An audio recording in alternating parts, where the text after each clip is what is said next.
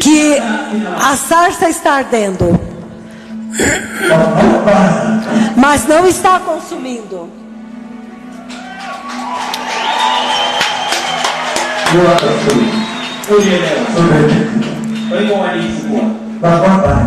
Não está consumindo. A sarça está ardendo. O próprio profeta do Senhor.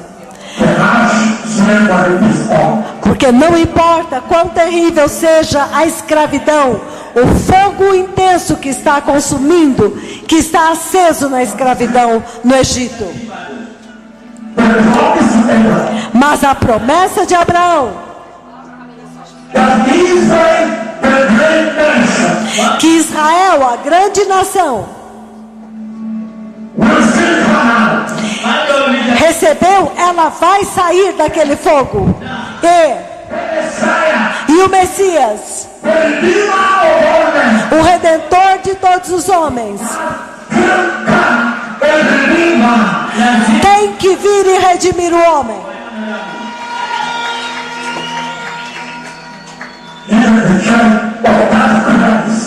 Até mesmo a igreja deste Cristo. Até mesmo a igreja deste Cristo. Não importa quão ardente seja a apostasia, feroz, haverá uma noiva santa. E eu a vi subindo. Ela está subindo. Ela não está olhando para trás. Ela não está olhando para trás. Eu vi.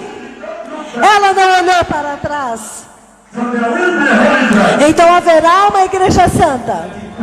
Por favor, certifiquem-se de que vocês sejam parte dela. Sejam parte delas. Tenham certeza de ser parte. Então por quê? Por que o Senhor está fazendo a igreja passar através disso? Passando vocês através disso. Lembram-se do tempo de Enoque. Era um tempo ruim, tanto pecado. O tempo de Enoque. Mas mesmo em meio a todo aquele pecado, tanta vileza, corrupção, homicídio, malignidade, perversidade. E Enoque não tinha Bíblia, não havia Bíblia. Ele não tinha Bíblia para ler, mas ele teve fé. Fé. Ele não tinha uma Bíblia para ler que os aleijados andam. Ele não tinha milagre para ver, para observar e ter fé. Então vocês podem imaginar a purificação pelo teste que a fé de Enoque passou e permaneceu. Havia houve um que permaneceu pelo Senhor, e o Senhor andou com ele. E nesta geração também,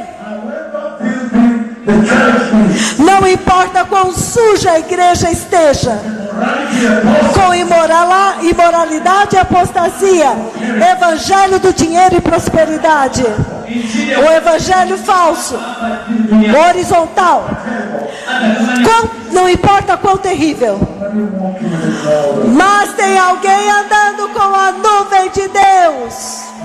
Aleluia!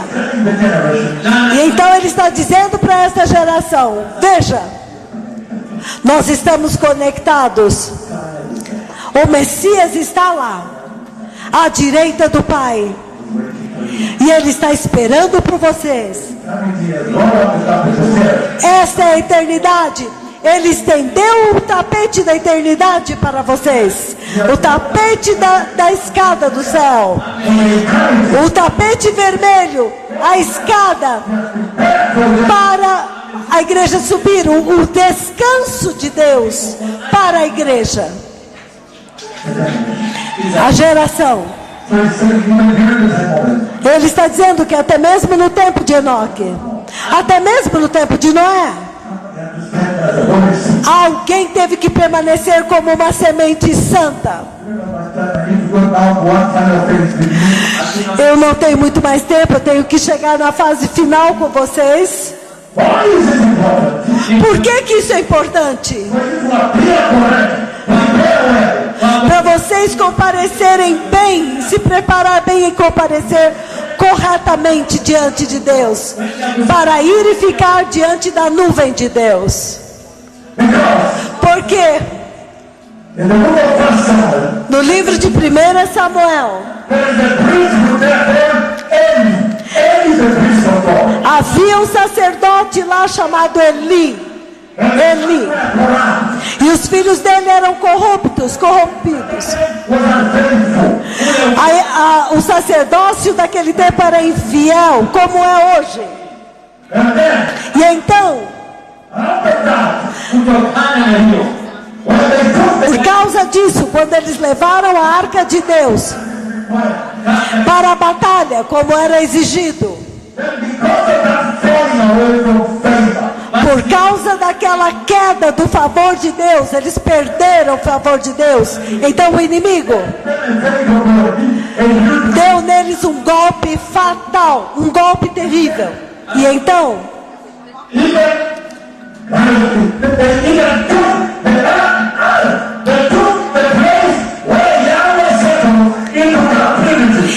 eles levaram a arca, o lugar onde Yahweh repousa, para o cativeiro. Em outras palavras, você pode dizer, eles deram nele um golpe fatal em Israel. O lugar onde a glória de Deus repousa foi capturado, onde o Deus de Israel vem. E por causa disso,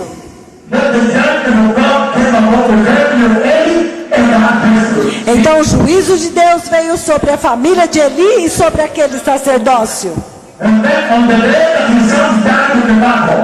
Então no dia que os filhos dele morreram na batalha,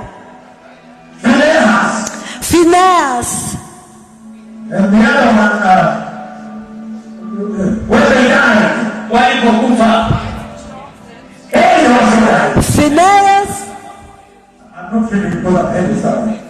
eu não vou ler porque eu quero chegar em outro lugar. Então, esta geração de sacerdotes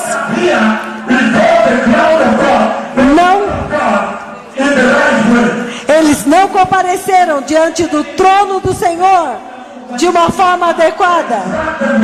Então ele os feriu. Mas lembrem-se de Samuel, o pequenino menino usando a veste sacerdotal. Ele ficava ao lado da arca de Deus enquanto o Senhor falava com aquele menino pequeno. Então,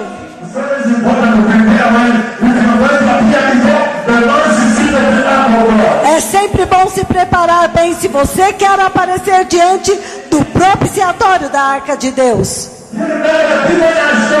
Vocês se lembram do povo em Asdod, em Mecron, em Gade, Askelon, quando eles capturaram a arca do Deus de Israel e eles não se prepararam bem, e eles colocaram Dagon ao lado dele, o Senhor o quebrou, derrubou ele. E então ele feriu todo o país com tumores, porque eles não compareceram diante do propiciatório onde a glória de Deus repousa da maneira correta.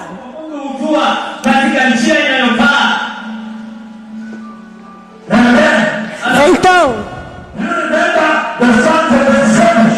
vocês se lembram dos filhos de Bet-Semes?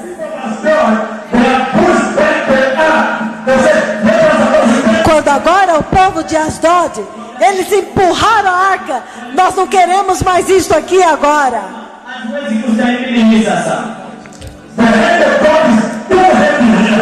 A mão de Deus é muito pesada aqui. Aconteceram muitas mortes. O Deus dos israelitas, Ele vai acabar conosco. E então, vocês se lembram o que aconteceu com os filhos de Bet-Semes? Eles pegaram a arca e colocaram na rocha de Josué. Então naquele lugar,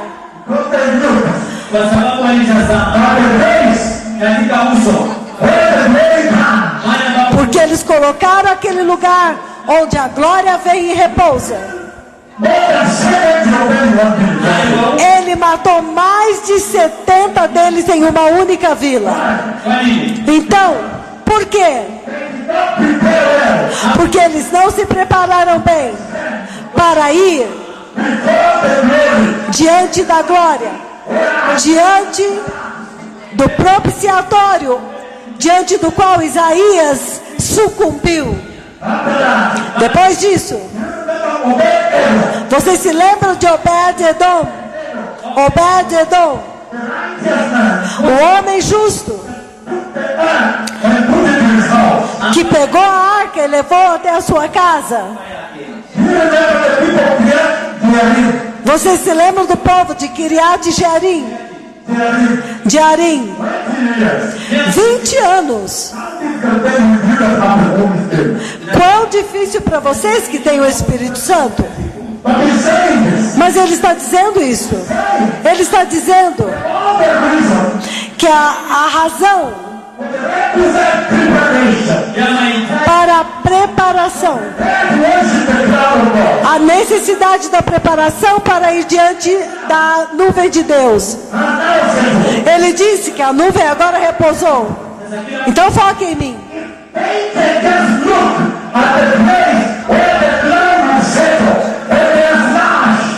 Se eles apenas olharam para o lugar onde a nuvem repousa e eles foram mortos. Vocês se lembram de Uzá? Uzá simplesmente olhou para o propiciatório e lá ficou o corpo dele caído, morto. E a arca de Deus,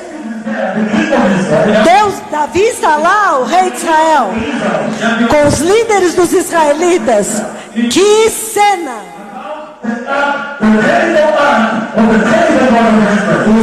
A respeito da terrível arca, do terrível Deus de Israel. O corpo morto agora está lá.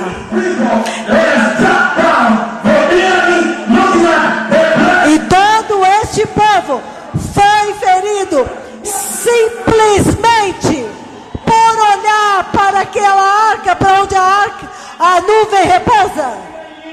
E agora a nuvem de Deus está aqui. A nuvem de Deus está aqui.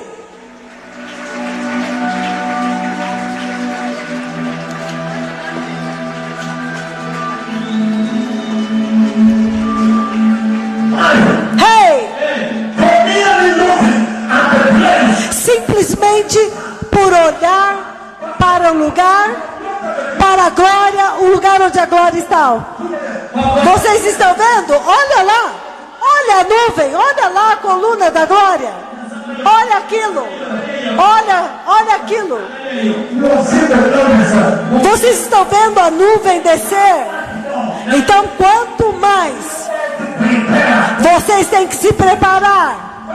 Hey!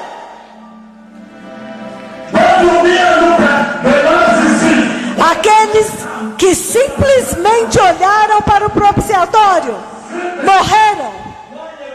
Aquele lugar onde a glória descia. Quanto mais vocês que estão vendo a nuvem da glória.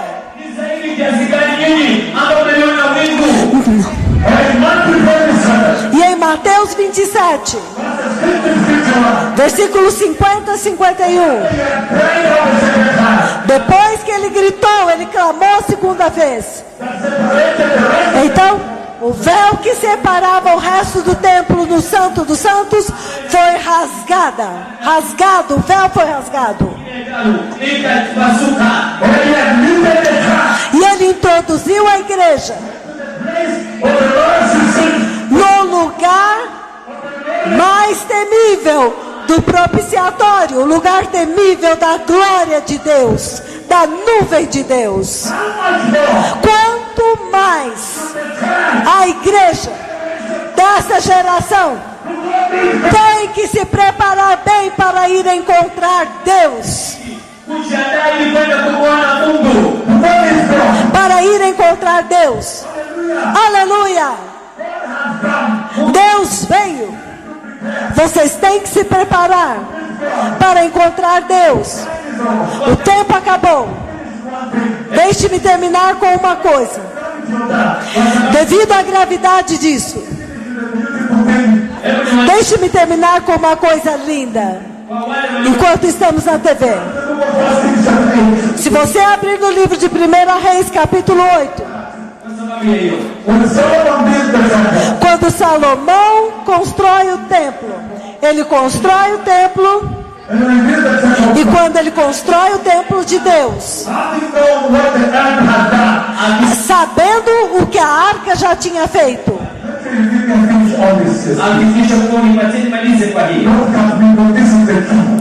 não me corte, porque isso agora é a chave. O tempo na TV, por favor. Então eu estou dizendo, deixe-me terminar com isso agora. Ele está dizendo, Salomão vai e constrói o templo.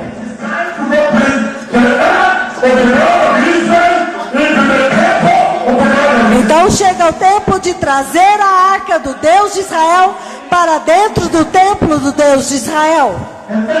E então agora, consciente do perigo, Salomão se prepara por mais de um ano. E eles então recolheram bois, touros e cordeiros. E ele ficou recolhendo os animais por mais de um ano. Como você se prepara para ir encontrar Deus face a face? Então é assim agora. Então ele diz, no livro de Reis 8, versículo 1.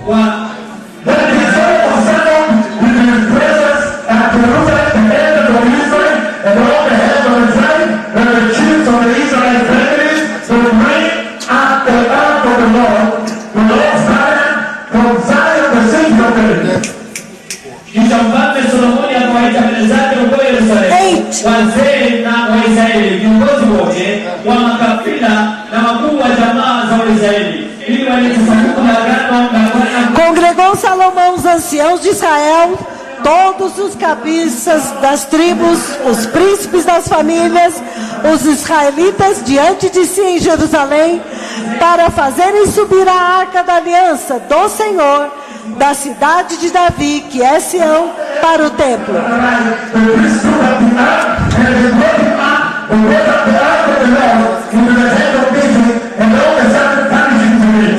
Então puseram os sacerdotes a arca da aliança do Senhor no seu lugar, no santuário mais interior do templo, no Santo dos Santos.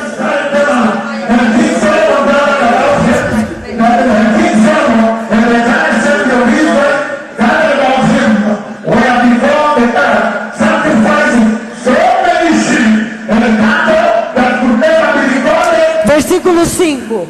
O rei Salomão e toda a congregação de Israel que se reuniram a ele estavam todos diante da arca sacrificando ovelhas e bois que de tão numerosos não se podiam contar. Versículo 6. Versículo 63. 63.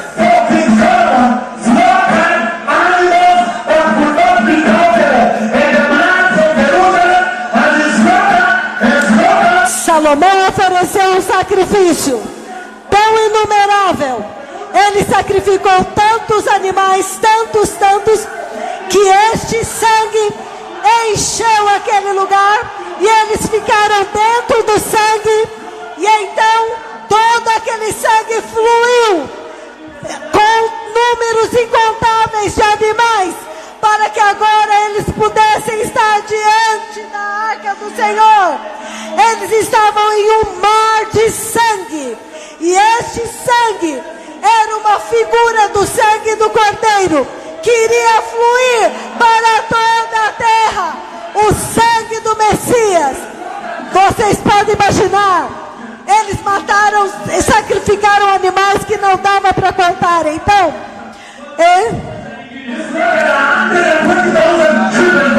ele sacrificou 120 mil ovelhas e bodes. E do outro lado, incontáveis, um oceano de sangue.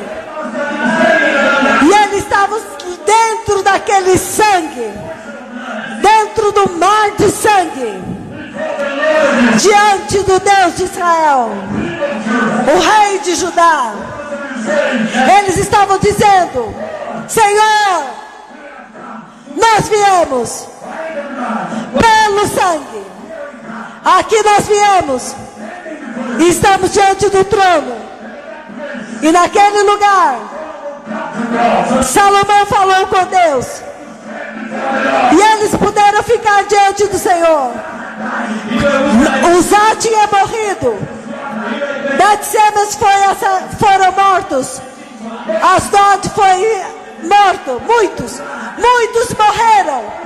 Mas agora pelo sangue, pelo oceano do sangue que está fluindo de Jerusalém e atingindo, e continua fluindo, chegou em Bruxelas, continua fluindo, chegou em Acre e continua fluindo, atingiu Câmara e continua fluindo, chegou em Caracas, Venezuela, continua fluindo, e continua em Menegai e continua fluindo,